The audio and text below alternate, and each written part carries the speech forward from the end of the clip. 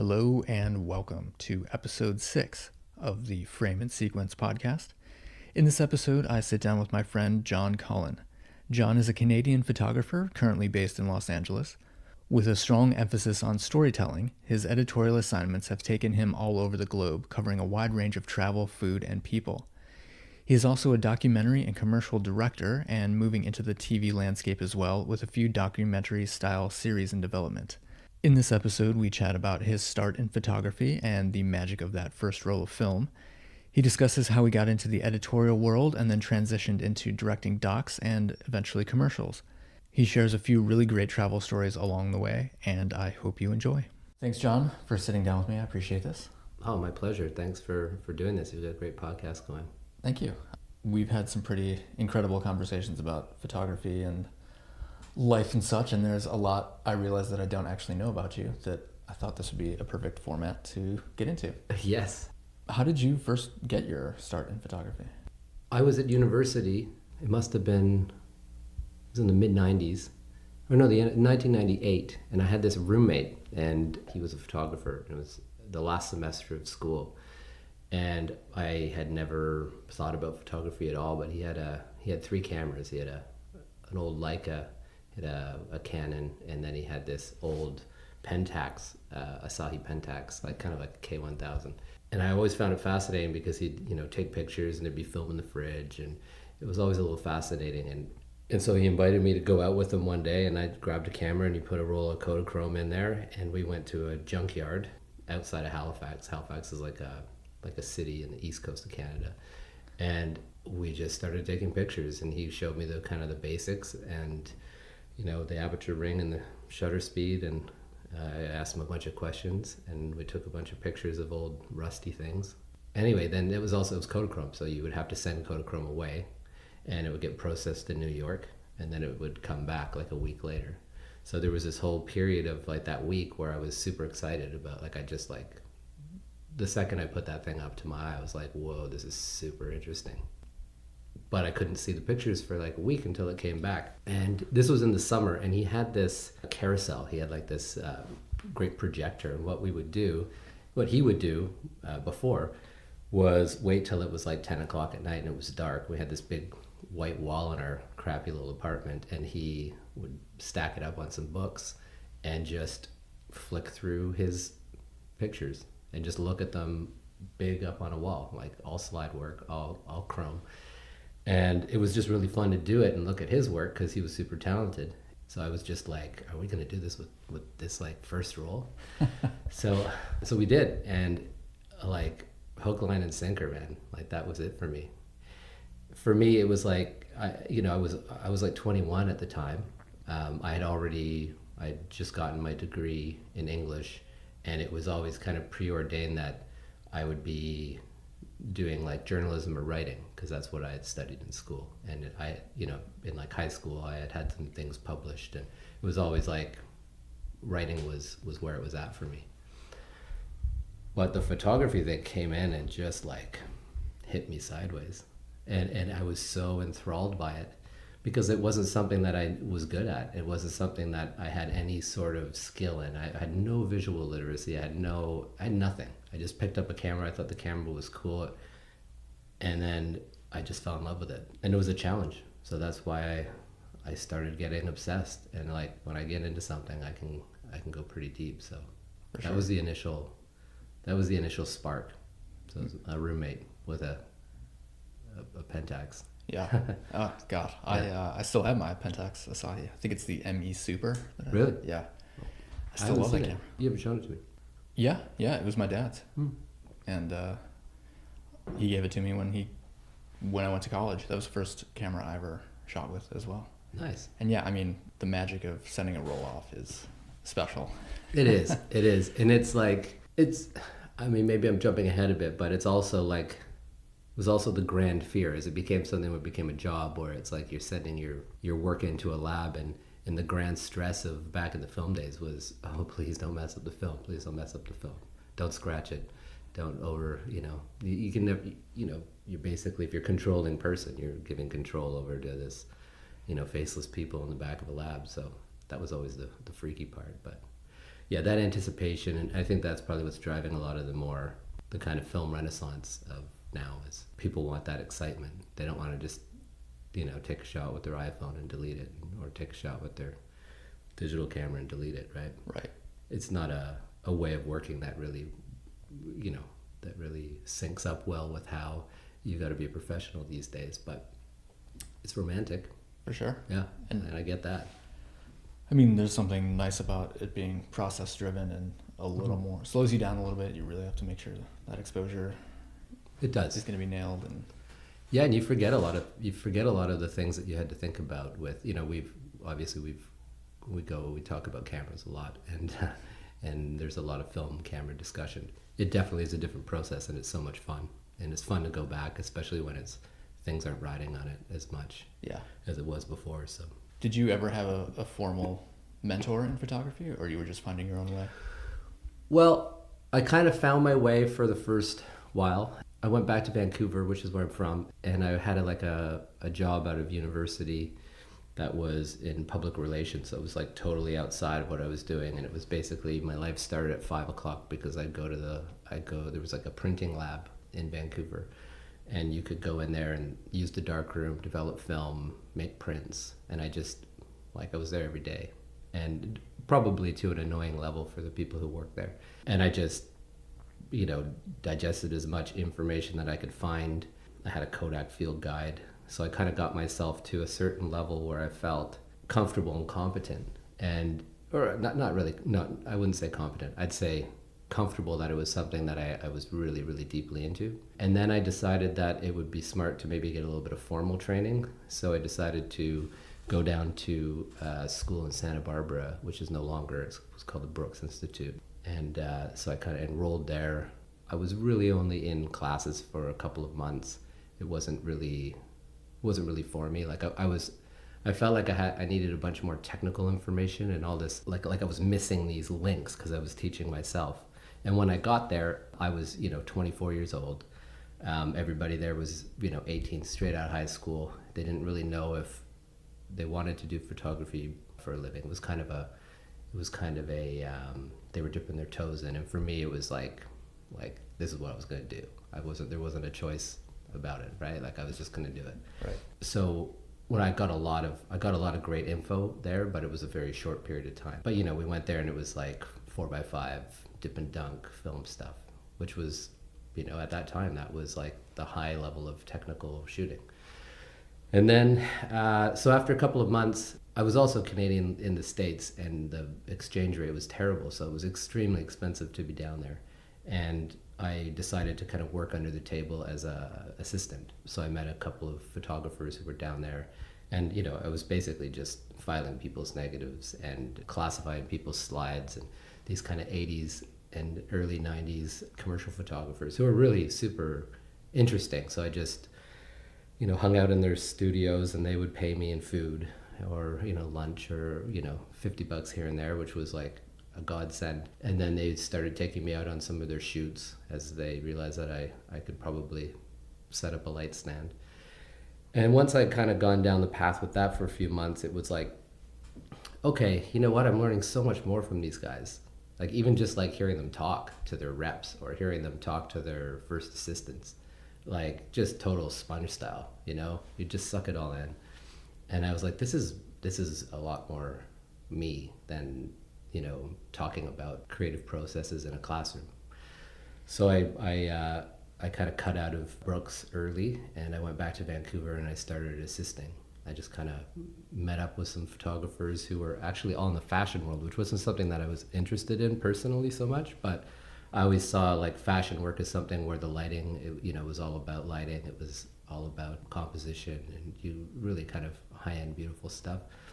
And I found a group of photographers that were sharing a studio in the East End and just kind of ingratiated my way in there and just started helping out, and they let me use their lights at night, and I just tried to live there as much as possible.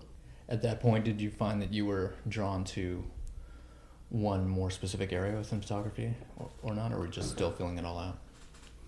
Oh no, 100%. Like the whole, I probably should have mentioned this earlier. The whole reason that I wanted to do photography was to pursue story-based stuff, documentary stuff. But that's what I wanted to do post school. I'd run the newspaper at school, and it was all about stories. It was all about finding interesting stories and meeting interesting people. And for me, the choice to go in the photography direction was like, it was simply a matter of access, right? You call somebody up and you say, hi, I'm a reporter with, the New York Times, and it's about a subject that they don't want to talk about. Click, right? You call them up and you go, hi, I'm a photographer. I'd like to come and hang out and take your picture. Well, people are a lot more open to that. You get into more interesting places. You get to meet more interesting people. And it was like the first few times I went out and started taking pictures of other people, and instead of just like going and taking pictures to learning enough so that I can go and like take pictures of people while they're doing things, it was like, wow, this is so much easier than calling them up. So path of least resistance, and on some levels, I guess. But for me, it was a less confrontational way to be able to kind of pursue my interests in stories. Yeah. You know what I mean? Totally. So that was always the kind of goal.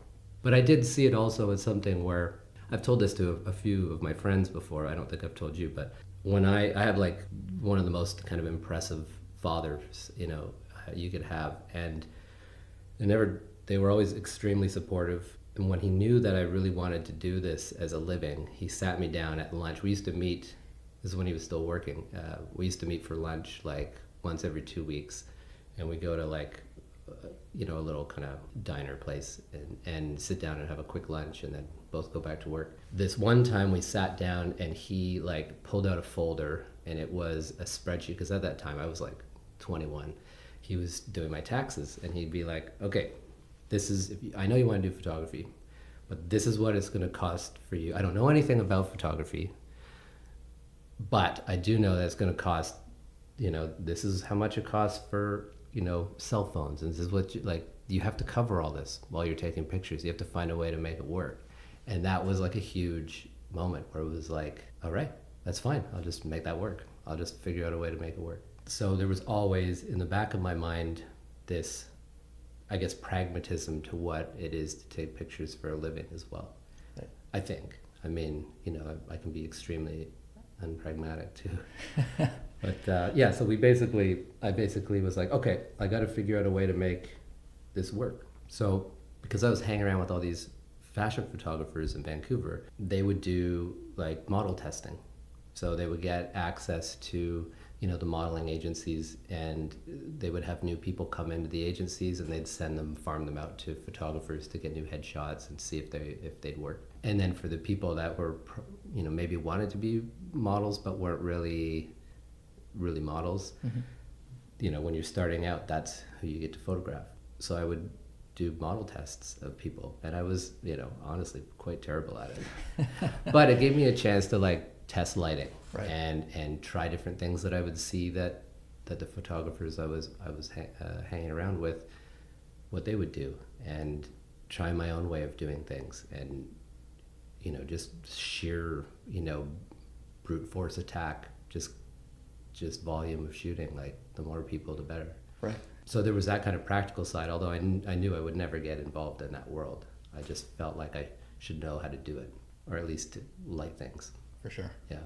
I briefly, after college, assisted a fashion photographer for like 3 days, and remember somebody, it was either a photographer or the stylist, just having an absolute meltdown on set. And I was like, this is not for me.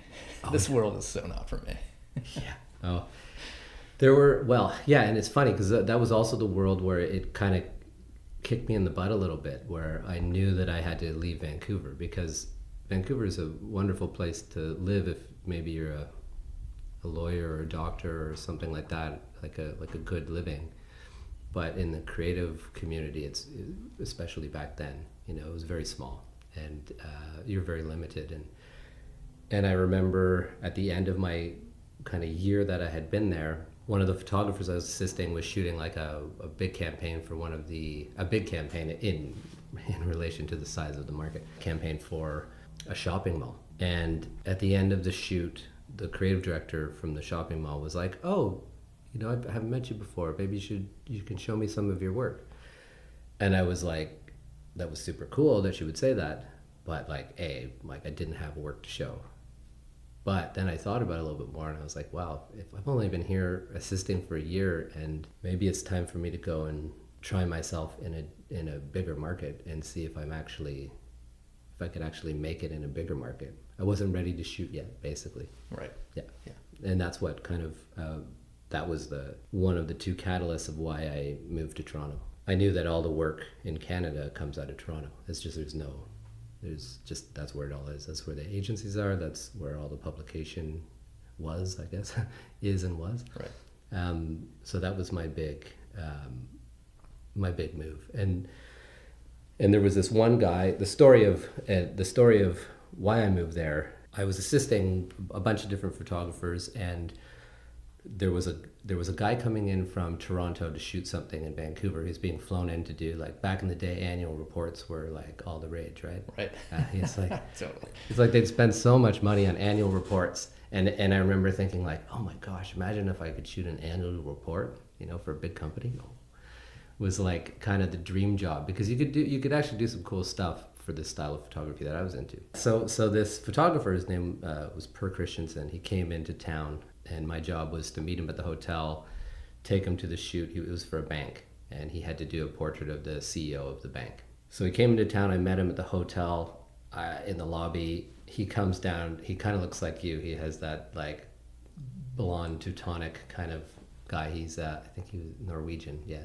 He comes strutting across the lobby. He has, like the perfect glasses, the perfect hair, all dressed in black, the most charming, awesome guy. And I was like, this is like a real photographer. Everybody in BC were all wearing fleece and Tevas, right? So he just, all of a sudden, it seemed very, very serious. So we go up to this boardroom. He sets up this lighting thing that blew my mind. I'd never seen like the style of how he had lit things. It was him and a creative director. He had like 15 minutes with the CEO. He was like charming. He was on it. He knew exactly what he wanted. Boom, boom, boom, boom, boom. Took some great pictures of him. And it was like, that was it. It was done. And I was like, oh, like this was like 2 hours later. Like I met him at 8 a.m. and it was like 10. And he turns to me and he goes, okay, we want to eat some sushi, because Vancouver is known for a sushi place. Do you know any places to go for sushi? I'm like, sure. And he goes, all right, let's go. And so I sat down there with him and his creative director, and I just listened to them talk, and I was fascinated by it. It was like, this is the real deal in my mind. So at the end of the meal, he was like, that was good sushi. Hey, if you're ever in Toronto, look me up. That was his line. He shook my hand. I'm sure he said it to many, many people. And he left. And I remember going back and talking to my girlfriend at the time. I'm just like, it was so cool. It was so great. So I took him up on the offer. Basically, within a week, I'd packed up my van and I drove across the country and moved to Toronto. I had some friends from university who were there, and they were able to find me like a sublet to crash for a couple months. I called his studio manager and said I was coming into town. The studio manager had no idea who I was. I'm like, oh yeah, but I assisted him on that shoot. It's like, what shoot? This guy was like super busy. It's like he's shooting every other day. Right. But anyway, I showed up, and 4 days later, I was working with him, and I worked with him for like 18 months. Wow. Yeah. Incredible. And it was like, I went to Toronto and there were people, everybody was like, it's really cold there and people are mean and it's the big city and like they're kind of setting you up for failure. But like, that was not what it was like. I think like when you get to a creatively vibrant place where there's a lot of work and there's a lot of talent, you don't get that weird caginess that you get in smaller markets, I think. Yeah. And I felt like I was like instantly in this world that I just, wow, I was so into it. Ah, incredible. Yeah. So that was it. So, and then from there, I stayed there for a long time. Yeah. Yeah. It's funny. I feel like the way you described that photographer, I'd encountered a few guys like that in New York. Mm-hmm. And it was just when you met them, they were working at a whole other level of like everything across the board. Oh yeah. Like a whole nother level of professionalism and aesthetics and dialed in and connections and the whole thing. Absolutely. And Toronto is Toronto. It is a big city. and there is good work there, like a lot of creative talent there. I mean, it's not New York. Yeah, it was a very mature scene, which was what I was looking for. So you just had a beautiful post on Instagram, which I really loved, talking about the fact that it's your 16th anniversary of going pro. And I thought that was a really cool story and was wondering if you might feel like sharing it. Sure, of course. And the only reason I posted it, because usually I keep those things to myself. I don't really like sharing too much on Instagram. I'm just like that classic kind of put a picture up and not say too much about it. But I had been speaking with a friend of mine who's a writer, and she's like, you should actually like caption some of that stuff. And I'm like, yeah, well, I get so much more out of reading other people's stuff. So anyway, point being, so I had assisted for a while, 3 years, I guess, in Toronto as well. And at that point, I had started thinking about like ideas, that I had for stories straight out of the classic documentary style stuff that I was interested in. And I had an idea about, at that time, Fort McMurray is a place like about 3 hours north of Edmonton. And, Edmonton's, it's in Alberta, it's north, it's our oil patch. Canada has a very large oil industry, but it's a really expensive process. They have to take the oil out of sand and they have to process it pretty dirty. And so when barrel prices are high, then it's really like, things are good. So it's a classic boom town. Right, it booms, it busts. At the time in 2003, when it was in a boom cycle. So I had this idea of basically like it's kind of a weak idea, but like, what's it like to live in a boom town? That was, there's your one sentence elevator pitch. And I had been showing some work around to different magazines, one of them being Canadian Geographic. Canadian Geographic's based in Ottawa, so I decided. I said, look, I'm going to come to Ottawa. Maybe I could come in and see you and pitch you a story. And the woman there said, yeah, sure, why not? They don't have a lot of people probably walking in because Ottawa's not a very big place for that. So I went in, met with her. She liked some of my other work. And I said, what about Fort McMurray as a boomtown story? And she said, yeah, it sounds interesting. But they weren't going to just like give me money to do it. It was basically like a spec job. It was go out and do it and we'll see if we like it. Which is, everybody does spec work. And especially when you're super young and you don't have any bylines and you don't have any real work to show of. So I went and did it, packed up the van again, drove across the country. And I really I had like a hotel room and I really didn't have any contacts. Like I knew I had found out the name of the PR people at the big oil company, so I could always kind of get access to them. But I basically just showed up at this hotel with a couple hundred rolls of film and 2 cameras. And I was so freaked out. I was like, what am I doing here? I don't even know where the story is. And I just went to the first night there was a rec center, with a hockey rink. And I went there. I was like, okay, well, I'll just go scope out the town. I'm gonna go scope out the town. First place I went, there was a weeknight curling thing going on, and I just was hanging around the rink with my camera, just taking pictures, and then struck up a conversation with the guys who were playing. And I'm like, do you mind if I take your picture? And from then on, that's just how I did it. So I ended up going and spending 6 weeks up there photographing with, the RCMP, because there's a lot of drug issues up there as well, because it's a lot of young guys who are going up there and getting paid a lot of money to do some really crazy manual labor level work. And they're blowing it on, cocaine and getting wasted. And it's just, it's the Wild West up there. But then there's also this whole group of people who had been there since the 70s in the first major boom and who had started a life there and were super fascinating. So there were and it was kind of a global city. You had people from South Africa who were engineers. You had people from all over the world who were experts going up there to make this giant oil machine happen. And it was really, really neat. So luckily it was, the story was there. I took a bunch of pictures, developed the film while I was there, and then came back, showed them some selects. They liked it. They wanted to do it as a story so that I ended up writing it as well. So it wasn't like a feature style writing story, but it was like extended captions with like a 1,000-word intro. Wow. Yeah, so it was good. And I came back and I felt like as I said in my Instagram post, it's very difficult for me to look at those pictures because like they just kind of make me cringe now. But, I do, yeah, it was a little bit of a look back for me, which was kind of nice to do because I don't really like to look back too much. Yeah, I thought it was really beautifully put, and I like the photos. You're being extremely generous. Yeah, styles change, but ultimately, like from that gave me confidence to be able to like, okay, well, maybe I've got some good ideas, and I've been able to go and do it. And I didn't have a nervous breakdown. I didn't freak out too much. I was able to get pictures, and I was able to stick with a story, and that gave me like a grounding, like at least a very flimsy but a floor to stand on. And that's, I think, important for all creative people to have that, to do something like that and to have an early success. Like if that hadn't worked out for me, then I don't know, I probably wouldn't be a photographer anymore. Probably would have gotten down on it, and you know how our brains work. Yeah. Absolutely. Right. So from there, did that propel you more into the travel editorial world? I know you've done a lot of work for, various airline magazines and Condé Nast Traveler and stuff like that. Right. How did that sort of transition?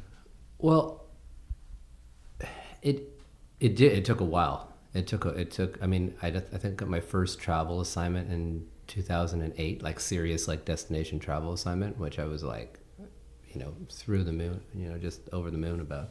And, but I had been doing more self-assigned longer term documentary projects, just so that, like, my whole thing was that I knew the people that I really wanted to work for, and I knew that I wanted to send them like new work and show them like, hey, I'm shooting stuff. And so I did this thing for like 2 years following Mormon missionaries, and at the same time I'm assisting.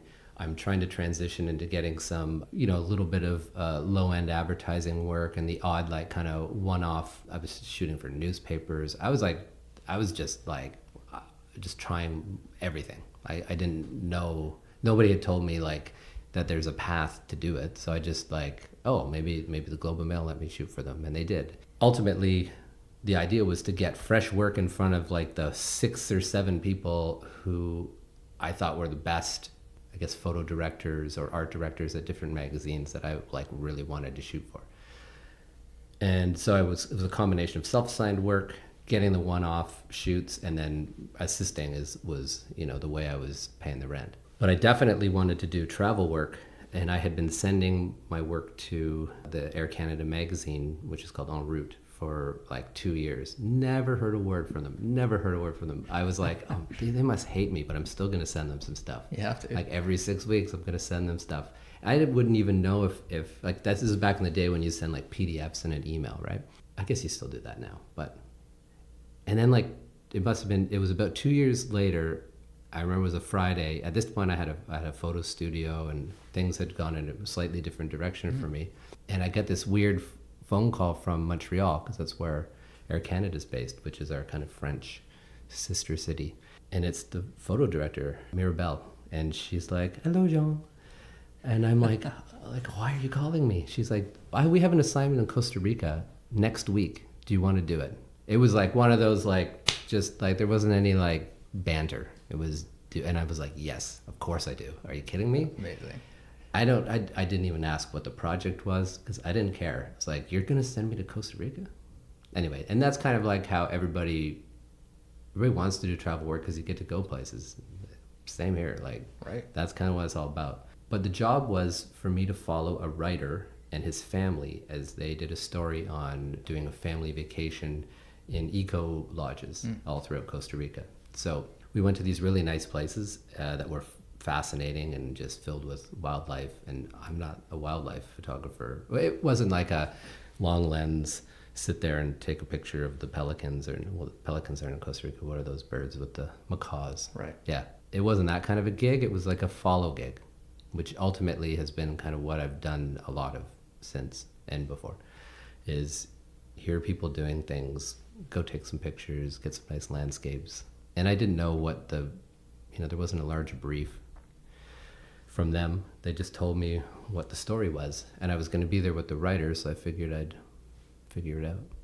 And it was a really fun experience. Oh, it was very great. cool. Yeah. God, yeah, I know. That's like Yeah. Shangri-La getting paid to travel and take photos. Yeah, and that was also in a time where it was also something that you could do and it be like a realistic way to make a living. Yeah, right. The travel photography has been, decimated by like legit travel photography has been decimated by social media, but also people don't pick up magazines anymore. Even the biggest magazines in the world, there's I get a monthly call out from all of them looking for images to buy instead of sending a photographer out, right? But that's the nature of the beast, and it's and I still have good relationships with them, and I get to have talked with them about it. It's a different world out there from even 2008, or maybe it was 2007, but anyway, right. I mean, that must have been an incredible time though, of like learning this whole new way of shooting and working with editors and all that. Is there any thing that you took away from editor notes and actually crafting a story that you then sort of adopted? That's a good question. Yeah. Or maybe I'll ask it this way. What do you think makes a good travel story? If you're going out and you're shooting, Lord only knows how many photos, and you've got to distill that into like a pretty focused edit. Right. Well, okay, so at the beginning, okay, let me think about how I want to approach this, because that's like, there's a lot of different things wrapped up in this. It's a good one. Like you have, when you first start doing travel stories, I was there to just coverage. You don't really know what the story is going to be like. You're just shooting for coverage. As I progressed along them, I would get to know the writer's aspect of the story a lot better. And I think going out with the writer, it doesn't always happen. Lots of times you're actually on your own with a shot list, and those can be more challenging, because you're like, okay, well, the shot list is long. I have 4 or 5 days. I've got to cram it all in, and it doesn't give you a lot of time to explore. But you always end up finding stuff. They always end up running the shots that you like. You just turned around and you saw something happening and you click, and then they love it, and it's like, great. Right. It's not the shot you got up at 4 a.m. for. It's like right. Of course, it's not the one. Some shot on the way to dinner. Yeah, exactly. But that's also the beauty of the style of shooting. Like, as you start loosening up, as you do more of them, you just put yourself in more situations where you can find those shots, or where to be for certain vibes, because like a travel story has to make you obviously want to go there. And depending on what the focus, like a general travel story, like they wouldn't do like a travel story on Canada anymore. It's not like these big broad destination shoots anymore. They're very hyper specific to a certain thing. It's like, I went to Hong Kong once, and it was specifically to do a story on pineapple buns, which is like a breakfast staple in Hong Kong, which is basically it's like this kind of doughy bun that has a giant slab of butter in the middle, and then it's warm, but the bun is warmed up, and it's the butter is cool, and people eat that with really strong tea with milk, and that's like breakfast. Nice. And that's why we went to Hong Kong. Amazing. Like, so it's not like, oh, I want to go and see, like, you have to be really specific about stuff now, especially with your pitches. But I think what makes a good travel story, to get back at what you're talking about, is how do you see this very narrow slice of a place, or like the food scene in a place, or this really small, narrow bandwidth thing that you're going to go and accomplish, and make it speak to a larger sense of excitement and romanticism, and also be representative of the place as a whole. We did a job in Jamaica, and it was about jerk chicken. All we did was eat jerk chicken. We just went to find the best jerk chicken between Ocho Rios and a grill. It was the first time I'd been to Jamaica. I was super excited. And it was insane, because we were just trying to find the story ourselves. The writer and his girlfriend, he brought his girlfriend. The writer has become a very close friend of mine. We've done a lot of stories together. And it was like, but how do we do this and get enough shots that it still feels like you're in Jamaica and you're not just looking at a bunch of detailed food shots? Right. And luckily we had our own car, so we're driving around, and it appeared that, you can't overthink it too much too, right? Those shots are there. Like, they ran a shot of me taking a picture through the front window as we went through this, of the car, as we went through this tiny little dirt path to go to another jerk place that people didn't know about. And then, because I was with a great writer who has the same sensibility of like, I don't want to see the regular stuff.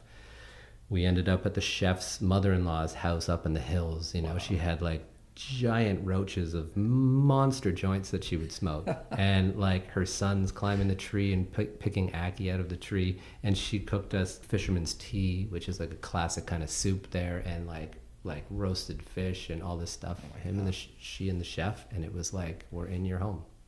And those are the moments where you're just like, I've got the sweetest job in the world. You know? Right. Absolutely. And there's always one or two of those on a travel shoot. Yeah. It makes you want to do them more. So did you find that a specific style was starting to emerge in your work? I don't know if it came about because of the travel shooting. What I was saying before about the fashion stuff, where I knew I didn't want to do fashion, but I knew I wanted to learn about lighting and those types of things. I think the reason why you get travel jobs, the majority of travel jobs, is because you're a generalist as a photographer. Right. You know, you can take a relatively decent portrait, you can take a relatively decent landscape, relatively decent food shot. And that's really what especially when I was starting out, they're looking for. It's like, we want to send you to this place, but we need a lot of different things. So are you the type of photographer that can supply that? And maybe that's why they waited 2 years to contact me, because they didn't see that it had that general style of photography. Right. I mean, I think I probably have a visual style. I don't think about that stuff too much. But because people had hired me to do just portraits, people had hired me to do just food. And a lot of these clients didn't know I did either one of those things. They come to my studio and it's like full tilt production food shoots, and they're like, so what do you do? What are you working on now? It's like, oh, I'm doing a travel job, or I'm working on a documentary. It's like they just, one hand doesn't talk to the other, even in such a small world as publishing. So, right. Yeah. So I think it was more because I was a generalist. That's a good skill set to have, obviously, for travel photography. Yeah, I think though, I look at like new photographers who are, or like the like post Instagram kind of generation of photographers who are doing amazing travel work. They're a lot more, I feel like they know what they're doing when they show up. Most of the time that the problem with travel jobs is that it seems like it's pretty glamorous, but it's like they're long days. You're shooting, you know, sun up to sundown, and you're shooting in between. You're just stressing out about getting enough shots that everything can work. Right. And if sometimes you may only be in like a sweet spot, like, you know, you're in a sweet spot with a shot or a scenario that you're in where you're like, oh, this is going to be great. Like once or twice. Right. In that span. So you're like, oh, how am I going to fill this in? So you're kind of like obsessing in your hotel room or your tent or wherever you're staying. And you're just like looking at all your work and trying to, you know, for me, the sequencing of images is super important. So I just like start pulling out the work that I like the most and trying to see if it works as a sequence. Because if it works as a sequence, in my mind, I figure that the art directors are going to like it too. Right. Lots of times, though, they publish things in sequence that you didn't even think of, and it's way better. Like working with a good editor is like, it's such a joy. Yeah. It's like the best. You know, you're just so like rubbing your hands together about getting to see how they're going to put it together. Right. Yeah. Yeah. Was there any editor specifically that you really enjoyed working with? That sort of. Yeah, there was one of the old editors at Gourmet magazine. Gourmet folded in like 2007. Yeah. Her name is Erica Oliveri, and she was kind of the whirlwind behind the look of that thing. Oh, wow. And so when that closed down, she started working on special projects in Maclean's, which is kind of like, it's like Time magazine in Canada. They hired her, they started doing these special issues where they would do like, you know, this was as magazines were starting to, like the beginning of the precipice. Right. 2012. It was the same year that I closed my photo studio, 2012, to focus on directing. And then I get this call from Maclean's and they're like, do you want to do this job? It's kind of interesting. And Erica Oliveri is designing it. And I was like, what? Really? Anyway, it was like a 9-week travel gig across Canada, and it was the 50 best restaurants in Canada. So, and it was like, the idea was I was going to do a road trip and photograph, just same generalist approach. Right. Is heavy on food. There were 50 restaurants. You had to shoot every restaurant, all the food, all the people, but then everything kind of in between. And so I was like, are you kidding me? Like, of course. Like, I'd love to do that. And working with her was like an absolute revelation. She would send me like inspiration boards of sometimes my work, other people's work. She'd send me like articles of things to read that didn't have anything to do with restaurants. And then she would take like, because this is 9 weeks, and I did it in successive 3-week clumps across the country. Canada's a big country. Yeah. She would take the chunks and design them. She wanted to see pictures right away, and I started on the east coast of Canada, so St. John's, Newfoundland, which has become a large part of my life.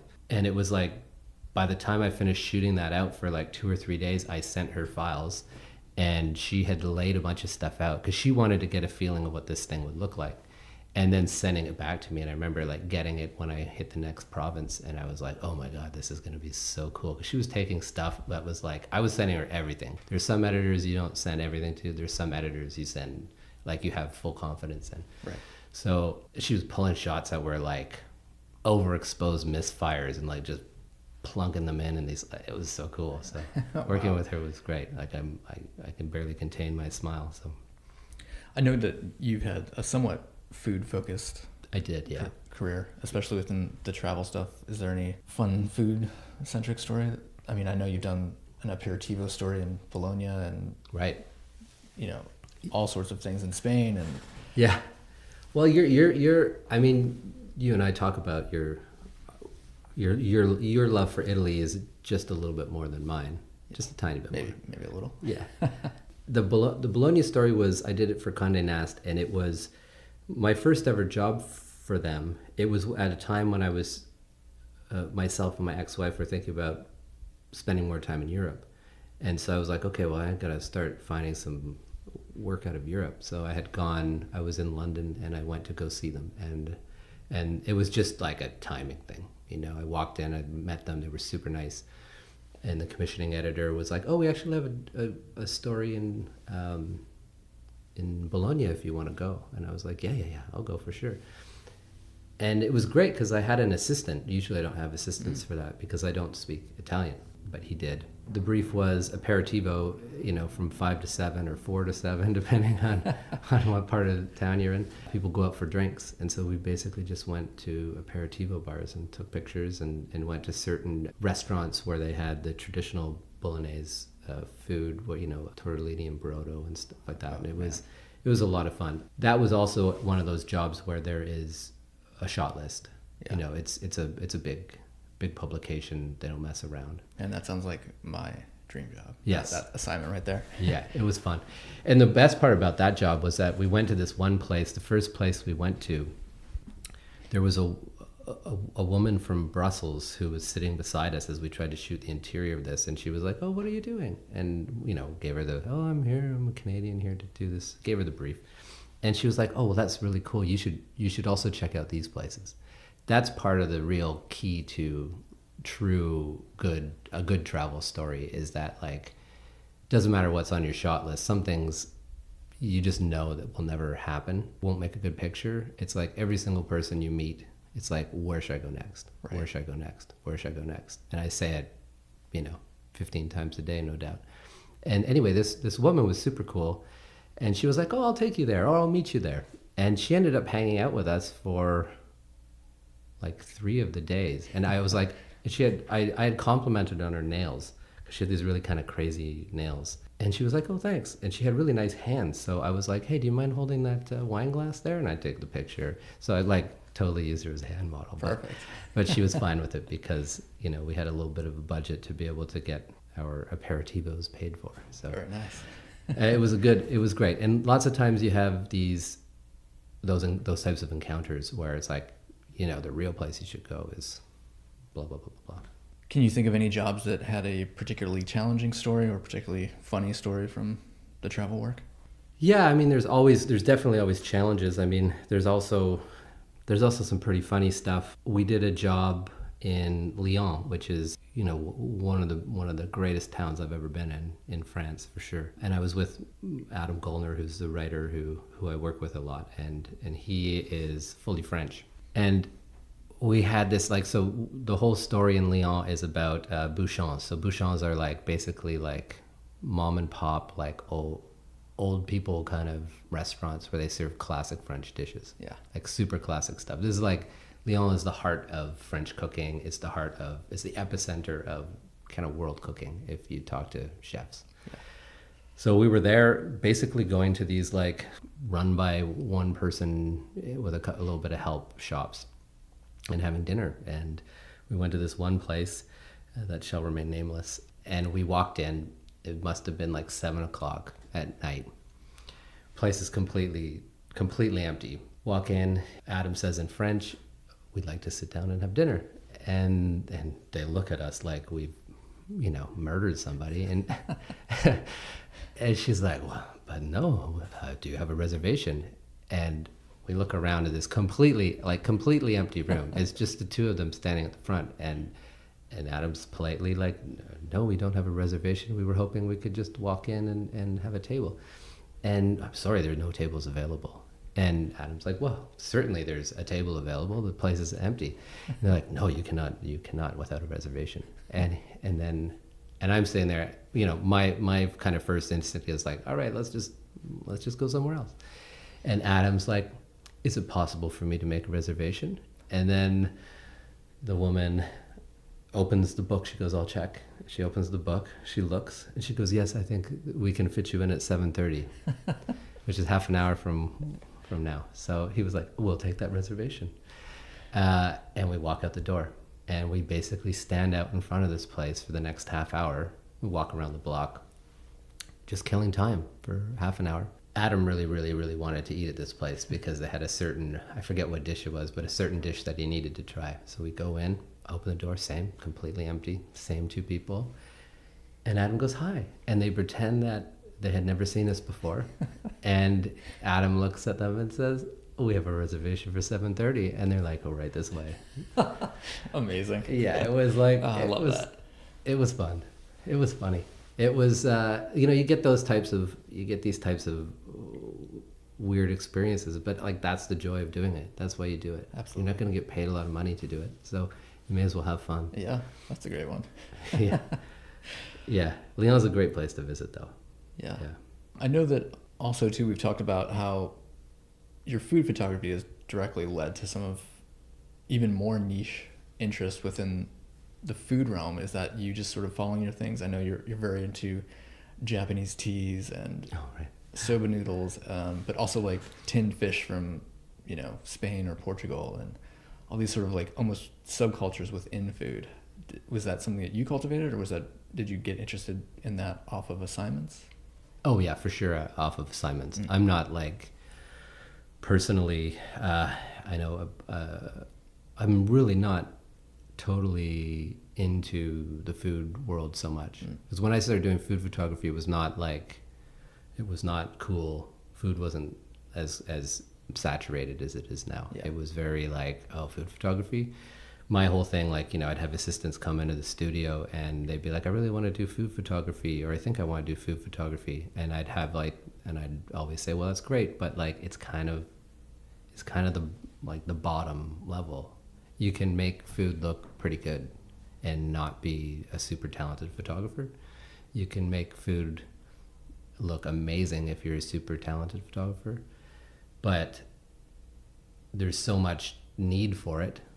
Especially back in those days, there's so much need for that type of photography that on either side of the spectrum, there's a place for you.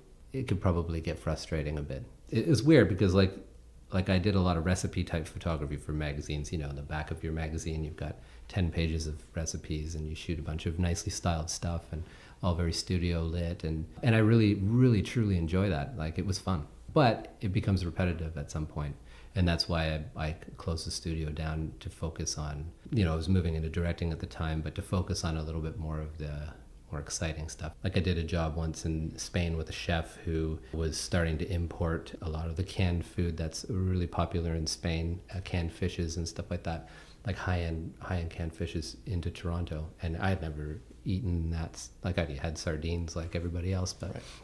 I'd never eaten that. And it was like, oh, this is super tasty. So he's bringing it back and we're going to his restaurant and I'm telling my friends, like, really, it's just, sometimes you get to experience something like 6 months before everybody else does. And and you're kind of enthralled by it. But then you go do another job and, you know, you get into Japanese tea or Right. That's just also my like kind of obsessive type personality where you get to try something really interesting in a different place and it's exciting and you kind of share it. But yeah, the food world wasn't super cool when I always thought it was a bit, I wouldn't really tell people that I would shoot a lot of it because it wasn't like, I didn't see it as anything that was extremely special, but it's become something that's so much more in the last 10, 15 years. So, Right. Which is great because there's like beautiful work from it. Absolutely. Yeah. Absolutely. Super talented people doing it. Like really, like brass tacks, like the recipe shooting and the food shooting was really fun in the studio. But like that job I was telling you about when I had to go and shoot the 50 best restaurants, I was like over, you know, you're constantly wanting to try new processes. You want to do different stuff. Like I had my kind of thing in the studio really dialed into a certain look, and that's why people hired me. But then I got that job to go across the country, and I was like, I don't want to shoot it like that. I don't want to bring, it's just going to be me. I don't want to bring all this stuff. I don't want it to be like overly stylized. I don't want it to be like, I'm not going to have a prop stylist. I'm not going to have a food stylist. You're working with chefs. Chefs are not food stylists. Chefs are people who feed other people. Food stylists are amazing people and a totally different animal. So I wouldn't have like that to fall back on. So my whole thing about that job was, I'm going to set a bunch of parameters. I'm not going to bring any lights. I'm going to bring 2 lenses and 2 camera bodies. And I'm going to shoot the whole thing with a 50 and a 35. And that's what I did. And I was like, I know how light works. I can figure out a way. There's always going to be a window somewhere. And like, that's right. Generally what food is you're putting it by a window, or you're putting it by some sort of fake window. So was that job on film or digital? That was digital. Wow. Yeah. I couldn't do a job like that. You couldn't do a job like that. You could do it on film, but alone with no support and no ability to check your stuff, like, no thanks. That's Right. too risky. Too risky. And it's too expensive. And they're not going to pay for that stuff anymore. So that job was the thing where it was like, the shackles are off. I'm going to trust myself that I know how to take a picture without all the extra support. And it was so freeing and so much fun, and just like, because when you're doing studio work, and it was a busy part of my life, the last thing you want to do when you finish wrapping a bunch of jobs is pull out your camera and take it out when you go out with your friends, or like, you don't want to see that thing, right? Yeah. And for this, it was just like it being your friend again, right? And that thing in your hand where you don't have to think about, right? Yeah, it was a really important project for me. You've mentioned your own photo studio a couple of times. Mm-hmm. How did that come about, and what sort of work were you shooting there? So the food thing came about like randomly. I had a client an art director at a magazine that did custom publications, and they had been doing the craft publications. Crafts was a huge client up in Canada. And he told me, like, look, we're looking for new people to shoot food. I know you can shoot food. The reason why he was saying that is because I used to assist food photographers. Mm-hmm. And I used to just kind of stand there and, just watch, because there's not a whole lot to do when you're assisting on a food shoot. And I was like, yeah, I don't know. And then he said, no, you should really do it. It'd be great. Just put together a little book. So my ex at the time, my wife at the time, and I was like, should I do this? And she said, yeah, you should do this. And she was, and still is, an extremely talented prop stylist. And we had a basement in our house filled with like all of her treasures. Wow. And no, well, actually, maybe it wasn't so much then, but she had been starting to accumulate a ton of stuff. So we bought a bunch of like baked goods from a nice bakery. We just brought them home because both of us don't really know how to cook, or marginally know how to cook. So we bought some like pastry stuff, brought it back, shot like 10 shots in the kitchen, and I used that as a portfolio to show the art director. And he basically went through and said, like, perfect, great, all right. And then he's like, do you have a space to shoot? And I was like, well, I've been thinking about getting a studio because I've been doing a lot of portrait work and all this. And it just so happened that in the building that I have always been kind of centered around as an assistant, and one came up. It was way more space than I could afford. I was super worried about it, but I took it over and completely gutted it. Like, it had massive walls, built a kitchen in it. And then basically, like, the day after we finished 3 weeks of construction on it, it was like we started shooting, and Wow. like 6 or 7 years didn't stop. Incredible. Yeah, it was nuts. And was it primarily food, tabletop stuff? No, it was food and portraits, lots of portraits, interior work. I started out doing stuff on white, like just like close cut work, like whatever I could get. I mean, I had this kind of take no prisoners approach. So, Right. And then I know around that time you started moving a little bit more to doc filmmaking and shooting. What was the catalyst from jumping from stills to motion? well, I had this one client. It was Toronto Life, which is like the magazine in Toronto, the monthly. And for like 5 years, they were hiring me to do this page, which is slightly prominent Canadian across all spectrums, like politicians, sports people, whatever, musicians. And they would come in and I'd shoot them on white, like a portrait, full-length portrait on white, and they bring in their 10 favorite things that they couldn't live without. It was just like this city page thing, but they always had it and people loved it, I guess. Yeah. And for 5 years, not because of the photography, they just loved it because it was somebody they could read a little story about. So it was like super, like, people come in for like an hour or so and you just hang out with them and take their pictures. And the pictures aren't that exciting because it's like a full-length portrait of somebody on white. Like, it doesn't get more dry, but it was made to be so it could be annotated, and you put all the different things around them and they talk about their most important things in their life.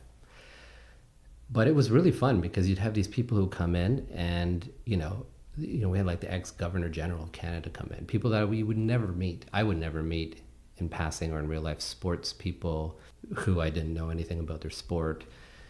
And they would invariably come in and we just do what I normally do. I just start talking to people and shooting while I talk, and very conversational. That was the thing. I never really shot like models or famous-y type people. It's more real life portraits. Right. Make people feel comfortable in front of the camera. And invariably we have these conversations that were just really interesting. And then the picture wasn't as interesting as the conversation. So I've been kicking it around for a while. It's like, maybe I should just be recording these at least. But I never did. But it got me into thinking more about getting back to storytelling. Because I was, a working commercial photographer who, you get busy and you lose your way. And you just go, well, what am I doing all this for? I should be working on my own projects too. Yeah. And I used to be, that was what it's all about. You always have a personal project. So I had heard about this project for the Tourette Society in Canada, where they were looking for filmmakers to go out and shoot a bunch of different films. So it's a really great idea that had been put together by an ad agency, Saatchi & Saatchi in Toronto. And I heard about it. And I had just so happened randomly to be reading about Tourette's like a couple of days before. So it's one of those coincidence things. And I thought that one thing was really interesting about it. So I pitched them the idea that for some people who have Tourette's syndrome, I should be technically accurate with what it's called, when they're doing something that they really love, their tics don't come around, right? So it's like they could have like heavy tics, verbal tics, physical tics, but if they're focused on the one thing that they really love to do in life, it goes away. So I heard music was a big part of it. I'm really into music. So I pitched them on this concept for a little doc as part of their bigger program. And I got hooked up. I found a drummer in Denver who, that's what it was. When he drums, he doesn't tic. Wow. So I loaded up at that point. I didn't have a van, but the Subaru, and I drove to Denver with a bunch of stuff and a 5D, and that had, honestly, until I got to Denver, I'd never really turned on in like video mode before. So I was like shooting blind here. And I had been linked up with an editor who's become a very close friend of mine. And we had a couple discussions while I was on the road, and basically met this guy, Matt Giordano is his name. And I filmed him. I was there for 8 days, and I filmed him for 8 days, just him and myself, an old version of this mic system that you have, and a 5D, and just talked talked to him about what he does. We set up drums up in the mountains because he's in Denver. We did a bunch of stuff, and I really had no idea what I was doing. But it was just based on this whole, like, there's more of a story out there. So I came back with the footage. I had no idea. I remember that, and Paul, the editor, remembers this conversation well. He's like, so how was it the last day? How's the footage? I'm like, I don't know, man. I don't even know. I don't even know. I'm going to send it to you. So I like FedExed to him, I think, and then drove back. And then the next big love affair of work kind of started for me when I sat down in the edit suite with Paul, and he was like, he showed me a first cut of it. I had no idea, no clue how to assemble footage at all. I have an idea of how I want to see it visually, but not anything how the editing process works. Yeah. And I was just like, whoa, that this process is where it's at. And luckily I had a great friend to help me along with it. And anyway, that film got the attention of some reps in the commercial world because it went into the festival circuit. It was like, it ended up being part of the Saatchi project, which was a really big thing at the time. It was a very successful kind of campaign, but then the film also got into a bunch of different, like it went to hot dogs and it won some awards and that. So because of that, a bunch of people started knocking. And like, again, this is like a world that I had didn't know a thing about, wasn't planning on getting into. And then I was in this meeting with a company, and they were talking to me about the film, and they were super like, oh, that's really cool, we should keep in touch and all that. And when I was leaving, the junior salesperson there kind of like took me aside and said, you and I have to, I really want to keep our relationship going. I think it would be really important. And that was,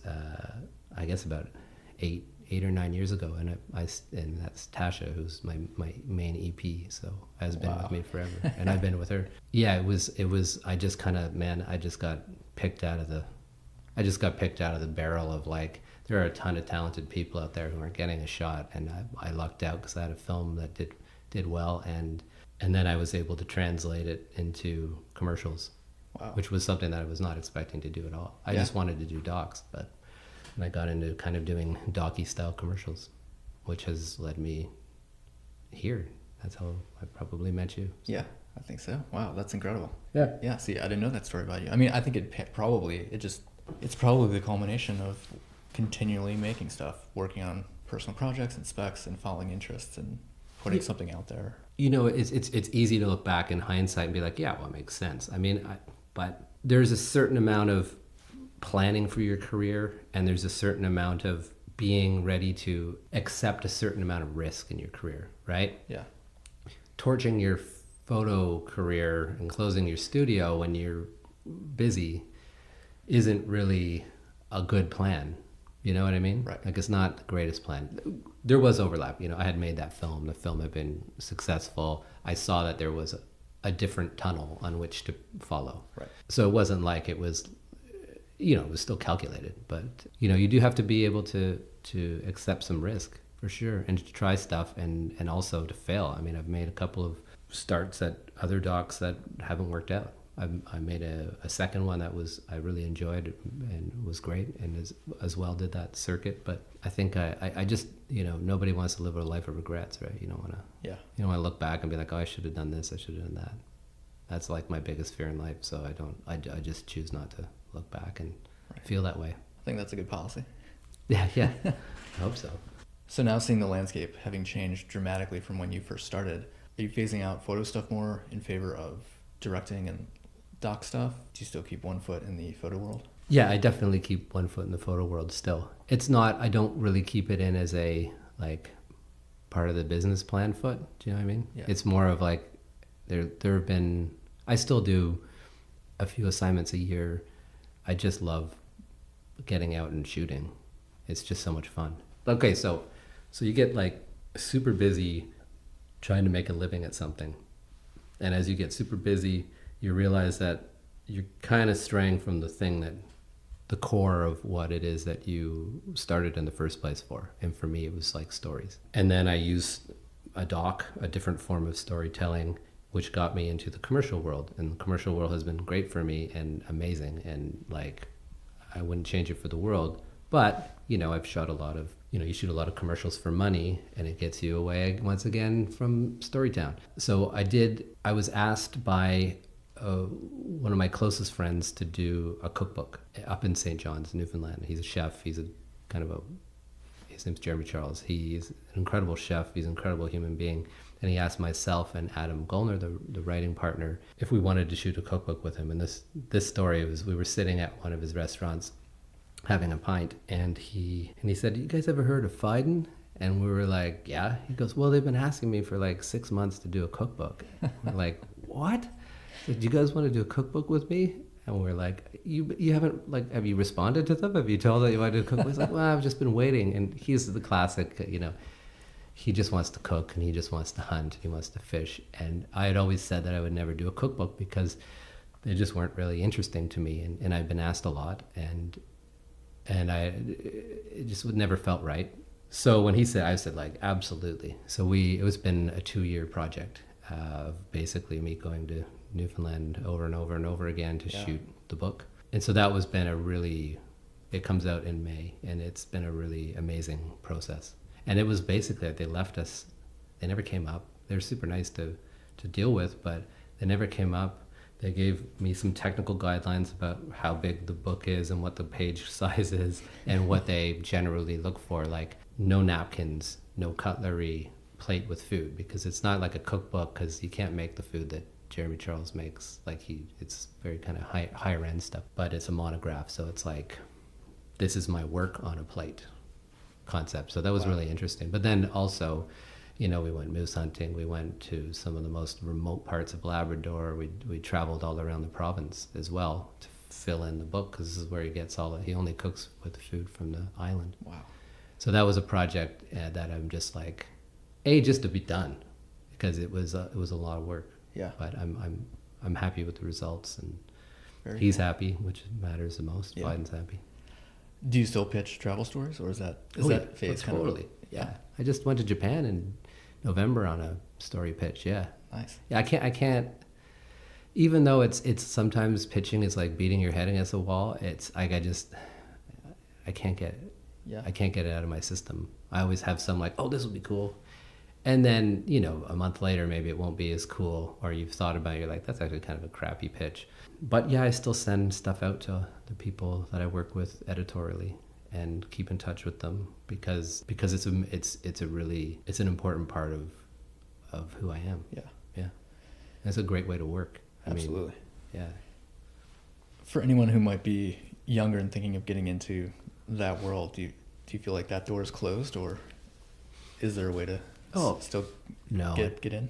I don't think it's closed. I think like this is where I don't know, like I've missed the boat on social media and like how it works now, about how maybe younger photographers are able to get interesting co-branded work. Like it seems like it's less magazine stuff. It's more, Patagonia might give you a job, and you look at like photographers like Chris Burkhardt, right? Someone like that who's got a bunch of followers, seems like an incredible human being, and gets to go and do everything he could possibly want travel wise and do it for brands. And so there is some avenue, and that it does work.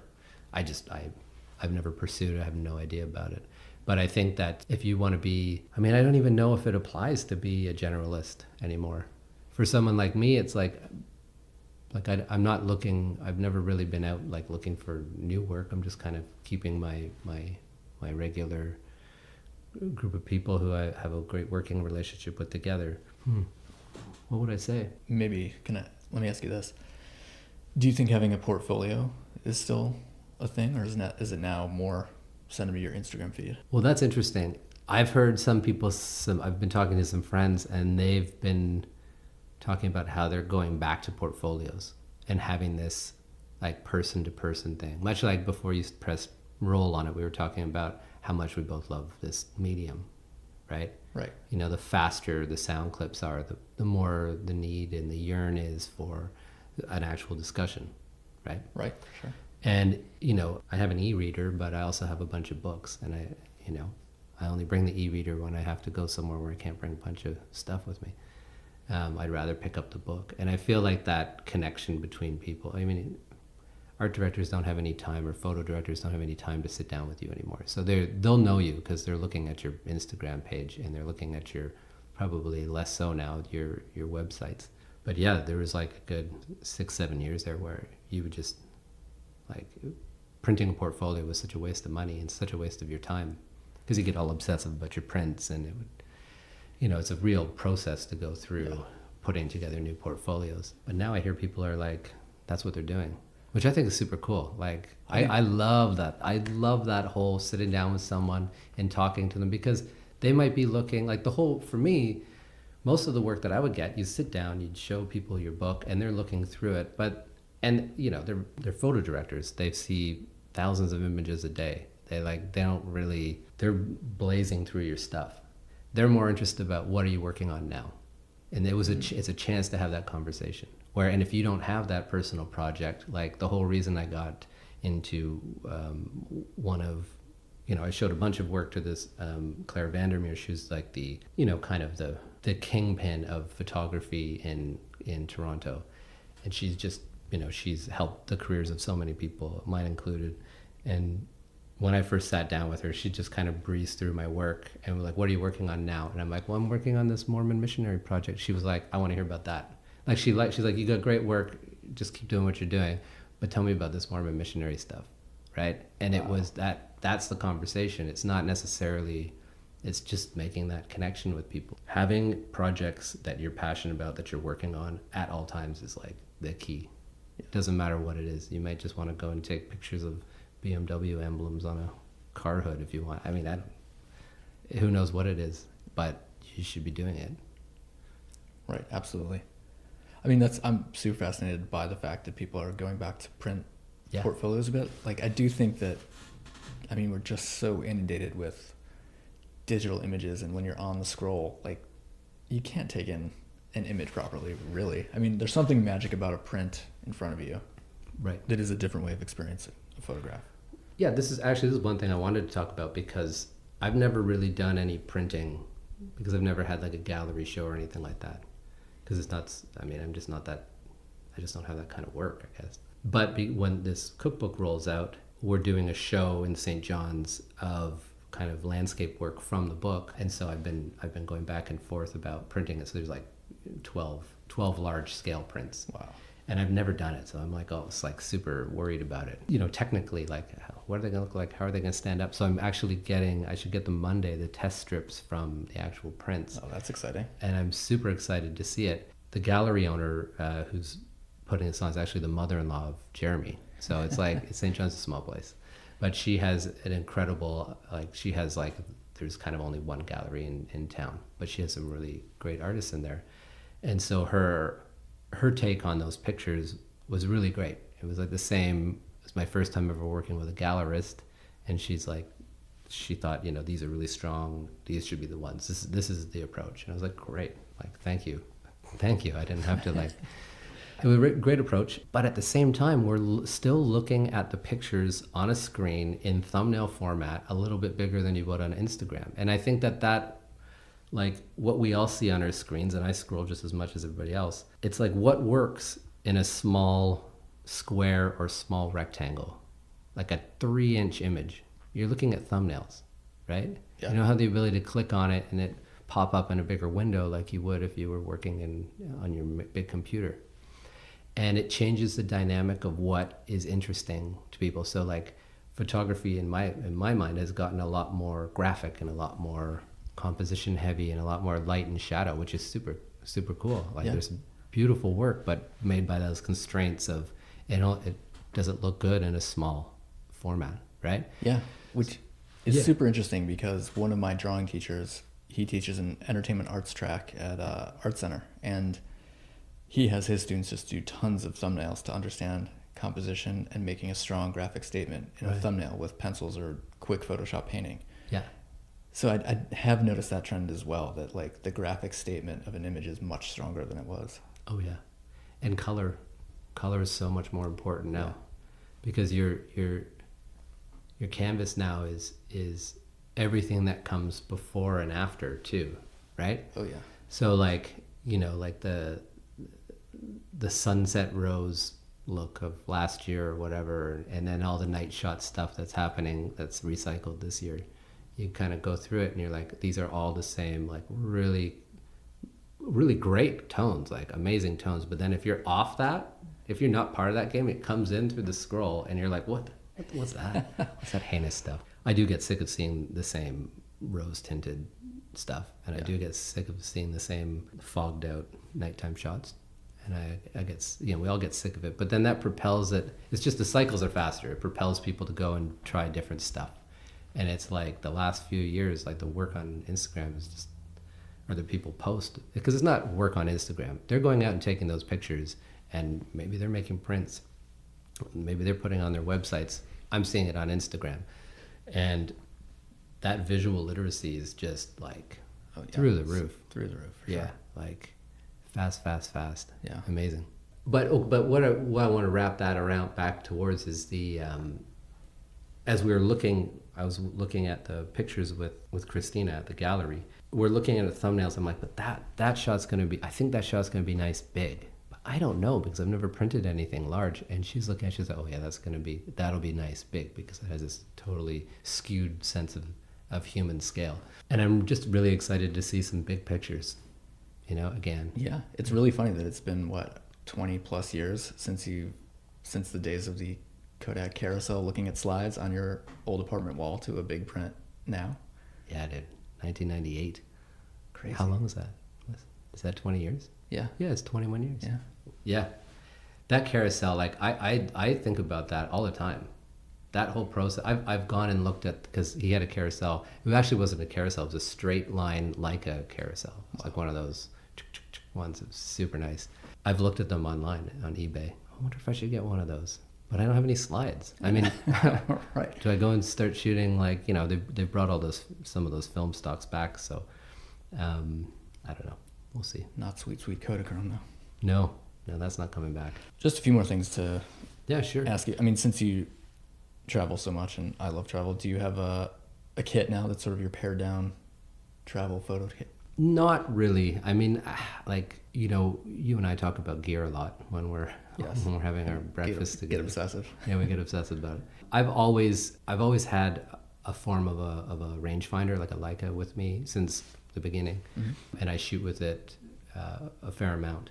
There are some limitations to that style of a camera, especially in the food world, and that, which I kind of push me towards other systems. But I usually like to have a 2-camera system. Sometimes, for a long time, it was like a couple of Canon bodies, just like everybody else. 5Ds, Mark IIIs, 1DSs, and a couple of lenses. I generally shoot without zooms, because I've never have. It doesn't feel normal to me. I remember a guy back in the day when I was printing back in Vancouver saying, like, you don't need a zoom, use your feet, or something along those lines, and always stuck. But I do like to keep it light and small. It depends on what the job is, right? Like, that's the problem. There's no kind of one camera solution. I think all photographers wish for something like that. Right. But I do like switching formats a bit. I've been using the new medium format Fuji digital camera, and I love the files from it. I shot most of the cookbook with that, and then the Leica as well. Yeah. So it depends on where I'm at and who I'm with, and should I be quiet, or can I afford some more noise, and all those types of old school concerns. Yeah. Don't get in the way. Do you have any other, outside of photo stuff, travel essentials or rituals? Yes, I've gotten a little bit more ritually. I have, a toiletry bag that, I just have to make sure that, you've got your toothpaste and your floss. And now I've started bringing like a bottle of soap now. It's just like you need these like little, I travel a lot, and I've traveled a lot for a long time. So I'm starting to get at the point where it's like I'm starting to choose to stay home a little bit more, or I'm trying to, at least. And sometimes you don't have a choice. The thing that keeps me together the most is, music and podcasts. I couldn't get through a flight without listening to music. Yeah. And just kind of going into my own like little Zen world. I heard from a creative director at an agency once maybe like 5 or 6 years ago, he said, "Oh, I never do work on planes." And at that time, I was like, I'm not that asshole who has, his laptop out and on the single aisle planes, and I'm in the aisle, and then somebody has to go to the bathroom, and I'm like, interrupting my work, and Right. like I stopped doing work on planes. I look at my flight now as it's me time. Yeah. And I think that that's a huge thing, because if you log a lot of hours on planes, it's like, just give it up. Watch the TV. Watch a stupid movie that you'll never remember. Yeah. Watch a great movie that's on a terrible screen. Like, that's always fun. Like, seeing like amazing. I remember watching like Interstellar, which is like 65 mil, right? Wasn't it? Yeah, IMAX. IMAX, right? Like on the back seat of one of those tiny little things, like regular economy class style tiny screens with like no brightness and no crunch to it. And yeah. I'm trying to think. There are other rituals. I definitely, when I get somewhere, I walk my neighborhood like immediately, just to see where everything is, and if I'm going to be there for a while. It's like when you're doing commercials, sometimes you'll land in a place and you're there for a month, and you're based out of a hotel. And being based in a hotel in a month or like a couple of weeks, that's tough. It's tough on the system, because the hotels are made to look great for like a few days. And then if you stay a little bit longer, you see all the weirdness of how the hotel operates, and then it just starts to. So I kind of scope out a neighborhood and get to know where different places are. I like to go back to the same places a lot. So like if I find like a little coffee shop, I'm like not particular about that stuff. The closest one will do. Yeah. But I'll go there like every morning and just kind of suss out the vibe. Yeah. If I'm there for a week, I'm there for a week. Get a routine. Yeah, Kind of going. you try to get a routine, but yeah, the headphones are the key. Yeah. Yeah. For sure. So what's next? I know you're sort of dabbling in television a bit. Yes, I've started to get involved in some documentary series, pitching some documentary series, and that's been the last kind of the one particular one for the last like maybe 8 months we've been working on, and at the end of the month we go into our pitch cycle for it. So it's been a really interesting learning process for me. A series is a totally different beast. We've been able to partner up with production people who understand it. It's been great to be a part of it and to kind of write and research it, and again, it was like a side project thing that's gathered its own steam. And I also the problem is like you can be like a photographer for a long time, and then you're like, what happens when I stop being a photographer? Like you don't really have an end game. And a lot of the stories that I'm interested in telling, as always from the beginning, have been a little bit more kind of complex than, say, a short doc, which is really all I've done on my own. And obviously commercials aren't telling too many stories or super deep stories. So this process has been really cool, very fascinating. And like you don't know if your ideas are gonna like stick or hold water, and in some of these cases they're sticking and they're doing well. It just makes you want to do more. Yeah. And like we've talked about tons of times, we both have too many ideas to ever execute for the rest of our lives. They just don't stop coming. But if you could get in a situation where you can help other people do it for you or with you, the whole idea is to get these stories out in the world. And I'm really into history. I'm really into how does the world really work. Most of these shows are based around those parameters, and that to me is like a lifetime of excitement. Yeah. Just absolutely. coming up with them, not like even like having to direct everything, because that's where you start to log on the miles. Right. I mean, I know we can't really go into details because of the sensitive nature of Sure. how the process goes at the moment, but I want to see those shows. So I hope they get to the next level and made.